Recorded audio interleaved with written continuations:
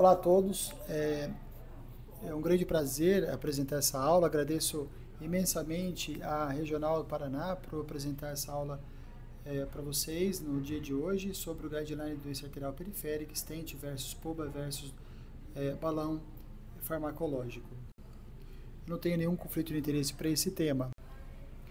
Bom, recentemente nós publicamos no Jornal Vascular Brasileiro as diretrizes da Sociedade Brasileira de Cirurgia Vascular Nacional sobre doença arterial periférica. E foram várias recomendações baseadas nos últimos trabalhos e revisões e, resumidamente, o que a gente pode considerar no setor femoropoplíteo, que a gente deve tratar prioritariamente a femoral comum do ponto de vista aberto, femoral superficial e poplítea considerando endovascular como uma boa opção, inicialmente fazendo uso do balão convencional, na angioplastia com balão, com adequado preparo do vaso. E no caso, quando há uma dissecção complexa ou recoil maior que 30%, colocação de um stent, e o spotting, ou seja, somente naquela região onde você tem a lesão de dissecção ou recoil. E em caso de P3, a recomendação, ou seja, na poplite abaixo do joelho, a recomendação de stent mimético. Quando não há uma dissecção ou recoil após o balonamento convencional, se recomenda o uso de balão diluído com droga para esse setor. E no caso especialmente nos casos de lesão entre stent, estenose ou oclusão, onde você deve priorizar o uso desses materiais. Já no setor infrapoplíteo, a gente também faz o balonamento com balão inicialmente, para preparo adequado do vaso, e se tiver dissecção ou recoil, ao invés de usar um stent spotting, usaria também um stent somente naquela região, mas um stent farmacológico, tipo de cardiologia da família Linus. E lesões complexas e longas, há a possibilidade de utilização de balão diluído com droga, senão o balão convencional como primeira opção. E por que tudo isso? Porque a gente sabe que a hiperplasia intimal é muito frequente. Ela acontece por migração das células musculares lisas da camada média para a camada íntima, com pico em 3 meses e platô em 6 meses. E quando a gente coloca um stent, você induz uma formação de hiperplasia intimal de maneira mais intensa. Especialmente também porque com o uso de stents você tem mais risco de fraturas, e quando você coloca um stent interligado no outro com overlap, você ainda tem um risco maior de fraturas e mais estenoses e complicações. E por que tudo isso? Porque a gente sabe que tratar o paciente com angioplastia de artéria de perna após implante de stent, a previeidade não é boa. A angioplastia do intra-stent é em torno de 30 a 35% de previeidade em um ano.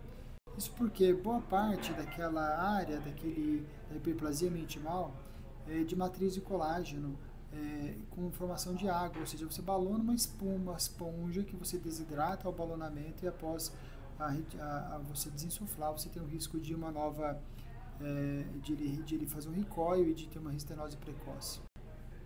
Por que isso acontece? Porque geralmente a gente coloca numa artéria de 5 milímetros, a gente balona com 5, coloca um stent de 6, isso antigamente, obviamente, né? O stent quer chegar a 6, então ele faz uma força externa, e essa força externa, por reatividade, você tem uma força de expansão crônica, ou chronic outward force, que causa uma inflamação contínua e hiperplasia intimal mais acelerada. E isso tudo veio ao conceito do preparo do vaso, de que a gente tem que deixar nada para trás, ou seja, evitar o uso de stents. Isso porque foi motivado principalmente em estudos recentes, onde você viu que no estudo com o balão farmacológico versus o balão convencional, o resultado do balão convencional era muito maior do que os resultados anteriores. Isso se atribuiu ao adequado preparo de vaso no grupo controle, mostrando que talvez um cuidado maior no preparo do vaso no balonamento convencional você teria um resultado mais adequado. Esse preparo do vaso faz com que você diminua a incidência de várias complicações, tanto no intra como no pós-operatório. A dissecção, por exemplo, ela acontece com muita frequência após a angioplastia com balão, em torno de 50% a 84% no setor femoropoplíteo e até 30% no setor infrapoplíteo.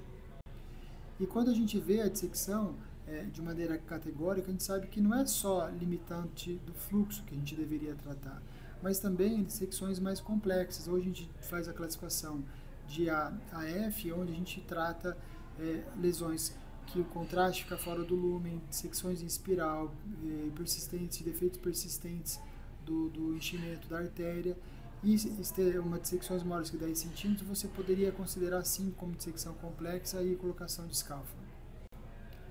E quando a gente vê os trabalhos com AIVOS, mostra que a taxa de incidência de dissecção é muito alta, em torno de 4 vezes mais do que a gente costuma ver na angioplastia, na angiografia biplanar, mostrando que também a gente vê, assim como na aorta, até 13% de associação com hematoma intramural, que pode acontecer também.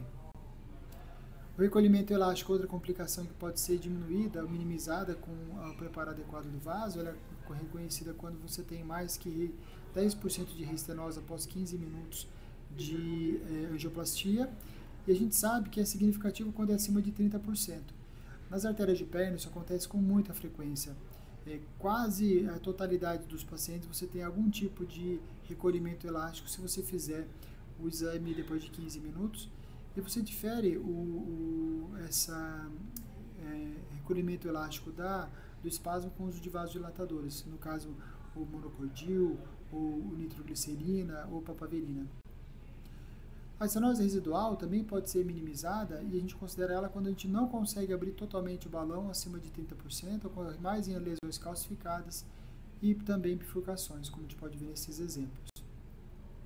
Portanto, o preparo do vaso, na verdade, ele tem uma sequência. A gente deve fazer uma recanalização intraluminal preferencial, uma escolha adequada do catéter balão, velocidade, pressão e tempo da insuflação com cuidado, escolha de balões adjuvantes como scoring, cutting, baixa pressão, litotripsia e aterótomos.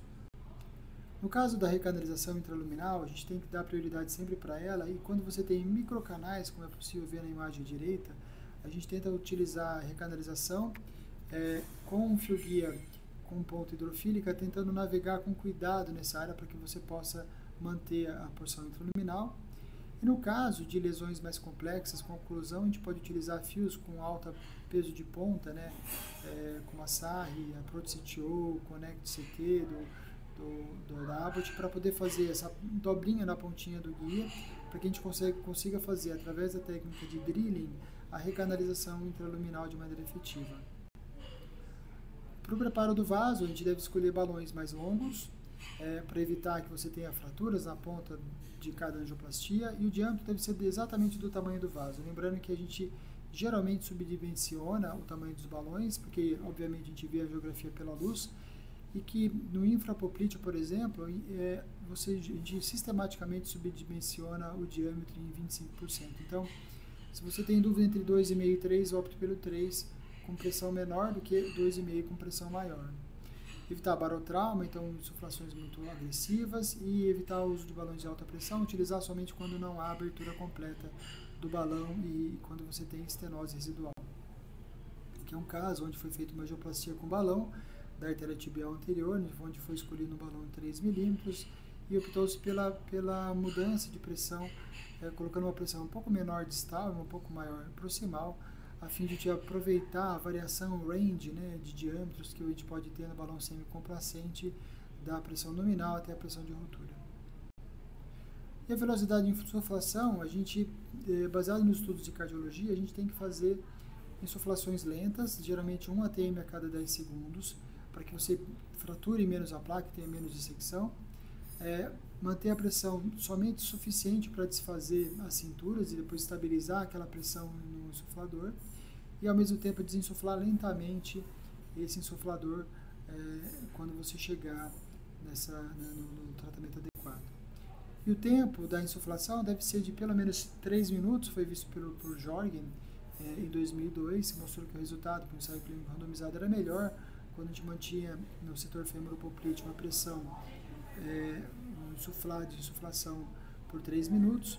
E agora, recentemente, Ellens mostrou um resultado em 2021 até ainda melhor com 5 minutos, mostrando que com 5 minutos a gente teria menor risco de uma nova insuflação, menos uso de stent, secção, hematoma intramural e recoil.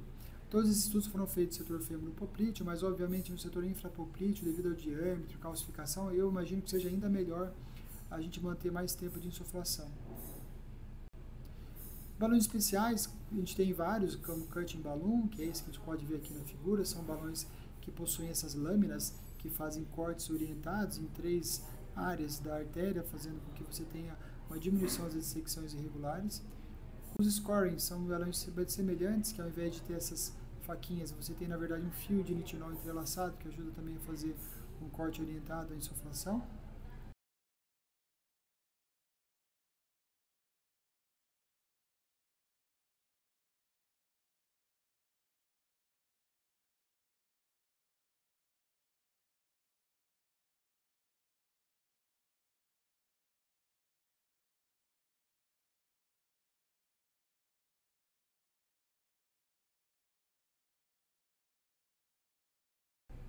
E balões de trauma mínimo, como esse, por exemplo, que são balões que possuem essas limitações de fio de nitinol, que fazem com que a gente tenha menor risco de pressão e lesão e dissecção, porque ele limita a pressão em cada uma dessas áreas, a gente chama de balão chocolate.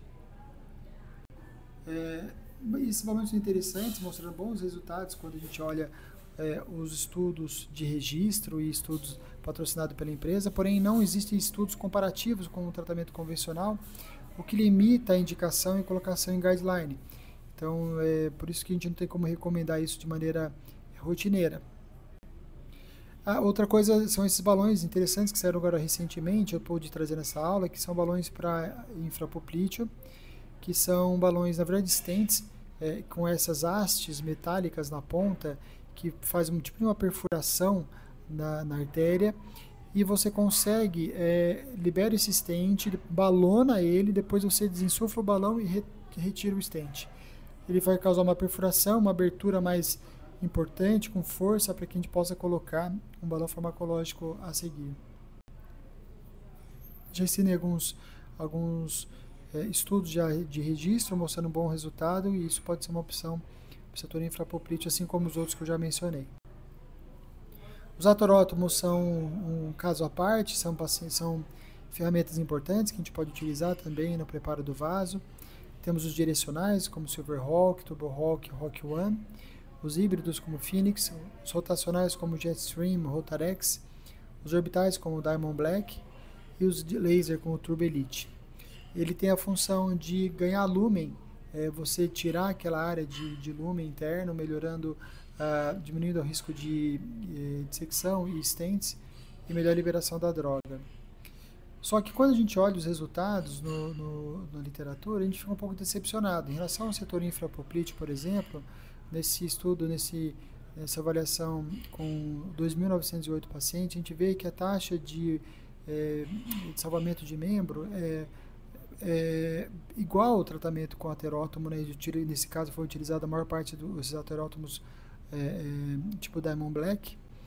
E o que é pior, tem mais risco de embolizações distais e mais risco de intervenções, mostrando que o setor infrapoplíteo não é uma boa opção por enquanto.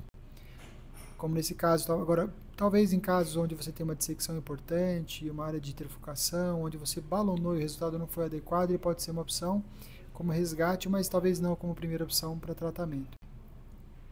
No setor femoropoplíteo, ao contrário do infrapoplíteo, a gente tem muito mais estudos publicados mostrando um bom resultado, só que assim como os outros estudos de balões especiais, a gente só tem estudo de registro, né? Onde faltam estudos onde a gente compara, por exemplo, balão convencional mais balão com droga versus aterótomo mais balão com droga, que seria a nossa realidade da prática clínica. Esse tipo de estudo com essa metodologia não existe, então fica difícil a gente recomendar o uso do aterótomo para esse setor. É o que a gente fez na diretriz da SPACV. Lembrando que também há um risco grande de embolização distal, isso acontece, a gente vê na prática clínica, e não é desprezível também a dissecção e perfuração que pode acontecer também. Mas a gente tem algumas maneiras de poder evitar, então, por exemplo, o uso de filtros e o uso de compressão distal com um aumento de pressão, com um manguito na perna acima da pressão sistólica. Em que caso o aterótomo talvez seja uma boa opção? Principalmente em origem da artéria femoral superficial, em flush occlusion, quando você tem um aterótomo direcional, pode abrir melhor aquela área da oclusão. Em poplite, AP3 e transição, quando você não quer utilizar stent de jeito nenhum. Estenoses assimétricas calcificadas também, seria interessante já ter na sala e você pedir de maneira antecipada, né? E lesões muito longas calcificadas, lesões mais que 5 centímetros de estenose ou oclusão maior que qualquer tipo de oclusão intra-stent, e evitar o uso de quando você está tratando o setor infrapoplíteo e quando utilizar especialmente no tronco tibifibular para TA. Como nesse exemplo, por exemplo, onde eu fiz a angioplastia com balão Kissen Balloon e teve uma dissecção, e se eu tivesse tido a oportunidade de utilizar, provavelmente eu teria utilizado nesse caso. Os balões de litripsia são novos balões recentes que foram introduzidos, são balões que conseguem abrir uma 4 ou 5 ATM, depois você utiliza essas ondas acústicas que quebram placas, né? Ele geralmente age na placa MEC, ou seja, na placa da camada média, fazendo que você consiga abrir essa área de cálcio, diminuindo embolizações.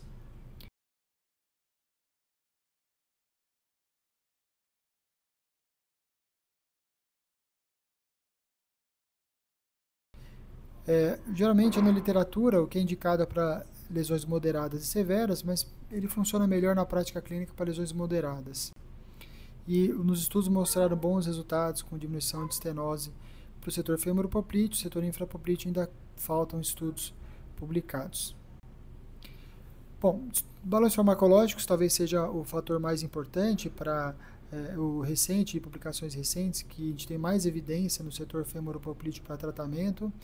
E ele teve alguns estudos recentes do Katsanis de 2018 que fizeram com que a gente ficasse um pouco mais alerta em relação ao resultado pela possibilidade de aumento de mortalidade, mas que nos estudos recentes mostraram que isso não aconteceu, que não se teve essa confirmação desse aumento de mortalidade nos balões farmacológicos no setor femoropoplíteo.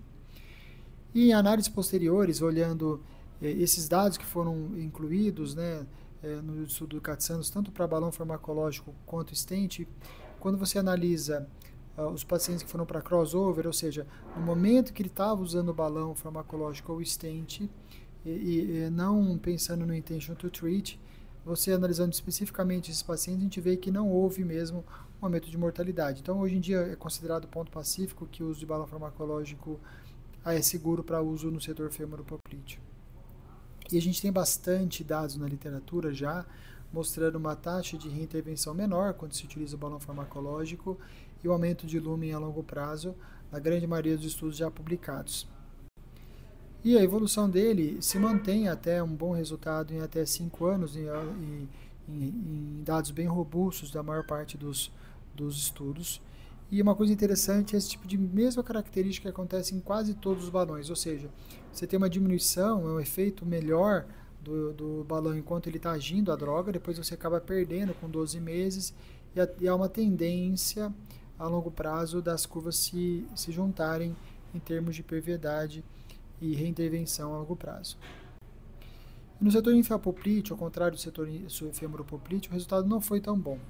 A taxa de reintervenção é mais ou menos igual e tem um alerta em relação ao estudo de 2014 do Impact Deep do Thomas Eller, onde ele mostrou o maior risco de amputações para esse setor. Portanto, não mostrou bons resultados. Porém, recentemente, com estudos com Lutonix, a gente vê alguns bons resultados também, talvez pela modificação do balão, tipo de análise.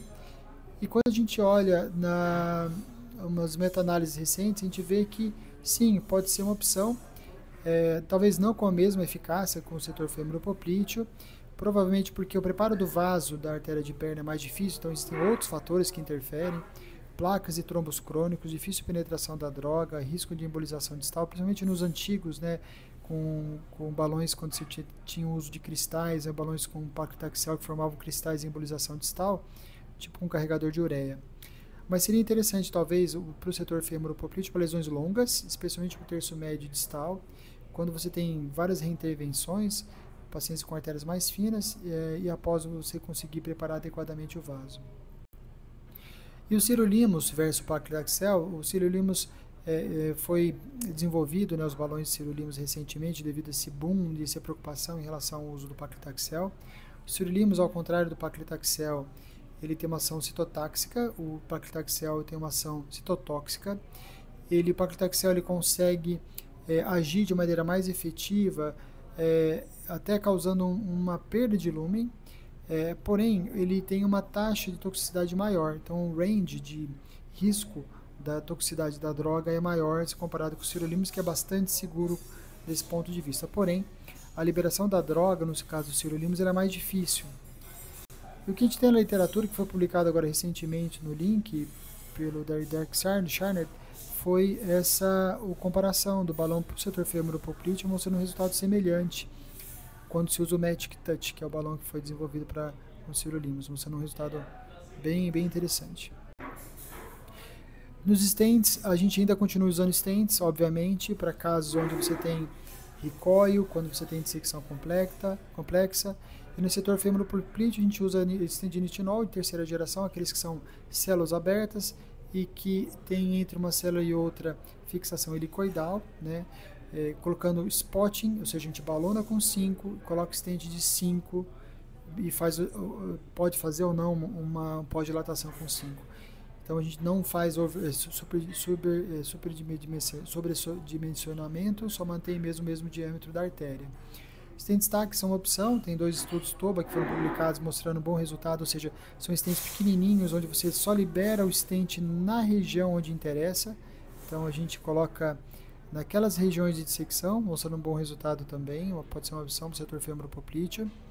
E stents farmacológicos que podem ser utilizados como Eluvia, como o Zilver PTX para esses casos, né? E stents miméticos para pacientes que em regiões de P3, regiões de transição. Os stents farmacológicos, para o setor infrapoprítil, a gente tem que o principal ator é o stent farmacológico balão expansível, tipo montado em aço inoxidável cromo-cobalto da família Limos, ou seja, Everolimus e Sirolimus.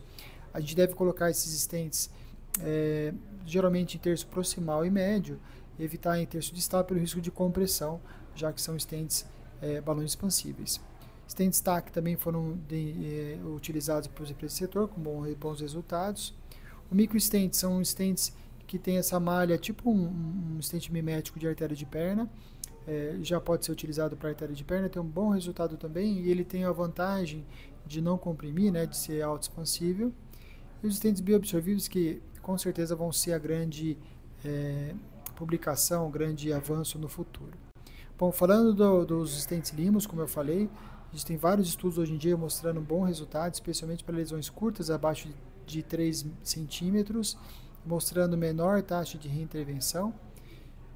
Então, vale muito a pena para esses casos de que você precisa utilizar stent. E os stents bioabsorvíveis que tem no mercado, que seria o tratamento ideal, ou seja, ele tem droga, mantém o scaffold e ao mesmo tempo não deixa nada para trás. E o que a gente tem na literatura já mostra que antigamente os stents antigos eles tinham uma absorção muito rápida de magnésio no estudo do Buziès, o que não conferia um bom resultado. E hoje esses estudos mostrando com EPA-LLA, com esses stents novos, você tem uma taxa de reabsorção muito longa, depois de quase 4 anos, né? E o que a gente tem?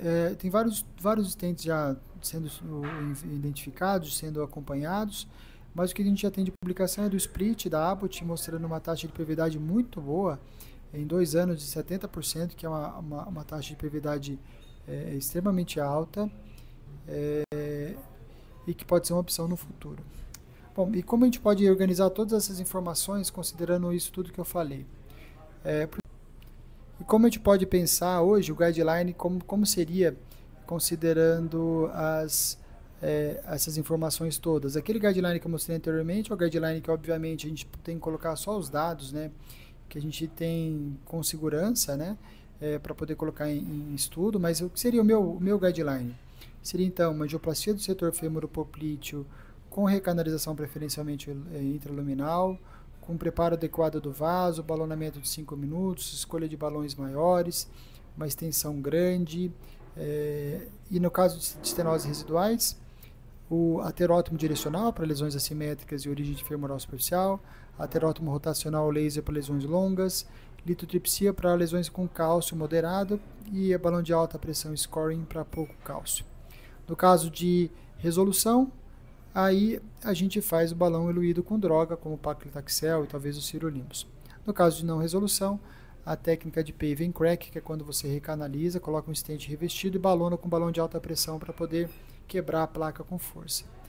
Quando você tem dissecção complexa, ou tipo C em diante, ou recoil maior que 30%, aí sim, utilização de spot em stent, stent stack para lesões pequenas, mimético, stents com droga para lesões maiores. Para o setor infrapoplíteo, seria também o balão convencional, com preparo adequado do vaso da mesma maneira. Estenose residual podendo utilizar aterótomos em casos, principalmente orbital, para lesões longas, litotripsia, balão de alta pressão scoring, não resolução, uso da técnica PIC ou stent revestido. PIC é quando você coloca uma agulhinha para quebrar aquele ponto, né? Resolveu, conseguiu tratar, não tem dissecção, só balonamento convencional. Teve dissecção, aí a colocação de stents, de preferência stents, balões expansíveis família Limos ou bioabsorvíveis, né? E nos estudos recentes que a gente vai publicar agora com o uso da Pixabana 2,5 mais AS, com uma opção para poder melhorar a taxa de pervividade a longo prazo. Bom, é isso, pessoal. O preparo do vaso melhorou bastante os nossos resultados, mas eu acho que não precisa ter todo o material, só com paciência, com até ter balão adequado, você consegue um bom resultado e deve ter um planejamento adequado para que a gente consiga um bom resultado a longo prazo. Muito obrigado a todos e foi um prazer.